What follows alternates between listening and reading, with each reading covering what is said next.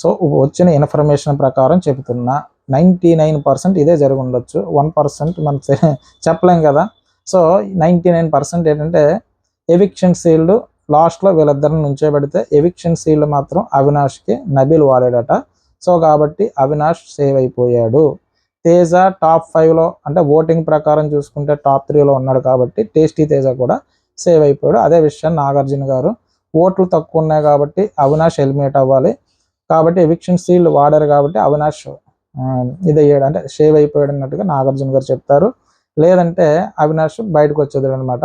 So Avinash కోసం eviction seal వాడిన నబీల్ అక్కడ ఏదైతే అవినాష్ కష్టపడ్డాడో, ఎప్పుడైతే ఆ మోటల్ టాస్క్లో నబీలు అవినాష్కి కెప్టెన్ అంటే మెగా చీఫ్ చేస్తానని మాట ఇచ్చాడు కదా, నువ్వు విన్నావు అన్నట్టుగా, దానికి కృతజ్ఞతా భావంగా తను మెగా చీఫ్ కంటెంటర్గా చేసినప్పుడు ప్రాణం పెట్టి ఆడాడు.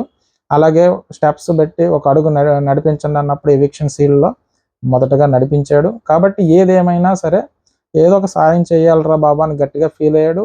అవినాష్తో ఫ్రెండ్షిప్ బాగా కుదిరింది నబీల్కి. కాబట్టి అవినాష్ ఏం చేశాడంటే సేవ్ అవ్వడానికి, అవినాష్ని సేవ్ చేయడానికి నబీల్ ఎవిక్షన్ సీల్ వాడాడు. ఎందుకంటే తను మెగా చీఫ్ అయ్యాడు కాబట్టి ఈ వీక్ నామినేషన్లో ఉండడు. ఎవిక్షన్ సీల్ వాడాడు కాబట్టి ఈ వీక్ ఏమన్నా సేవ్ చేసే అవకాశం ఉంటే నబీల్ని సేవ్ చేసే అవకాశం అవినాష్ చేతిలో ఉంటుంది. సో ఈ వీక్ అయితే ఎలిమినేషన్ లేదట 99.9%. ఇందులో ఏమన్నా తప్పులు జరిగితే నన్ను ఏమనుకోవద్దు, నాకు వచ్చిన ఇన్ఫర్మేషన్ ప్రకారం నేను చెప్పాను. నా సబ్స్క్రైబర్లు అందరూ వస్తున్న నా సబ్స్క్రైబర్లకి ధన్యవాదాలు. కింద మరీ ముఖ్యంగా కామెంట్స్ పెడుతున్న వాళ్ళకి మరీ ప్రత్యేక కృతజ్ఞతలు. ఇలాగే కామెంట్ చేయండి. నా వీడియోస్ ఏదో ఒక రోజున మీరు గొప్పగా చెప్పుకునే రోజు ఏదో ఒక రోజు వస్తుంది. ఆ రోజు మాత్రం 100% నా ఛానల్ సబ్స్క్రైబ్ చేసిన వాళ్ళు హ్యాపీ ఫీల్ అవుతారు అని నేను అనుకుంటున్నాను. అది ఏదో రోజు 100% జరుగుతుంది. నా రివ్యూస్ కనుక మీకు నచ్చినట్టయితే నా ఛానల్ సబ్స్క్రైబ్ చేయండి, ఓ లైక్ కొట్టండి. బాయ్ అండి.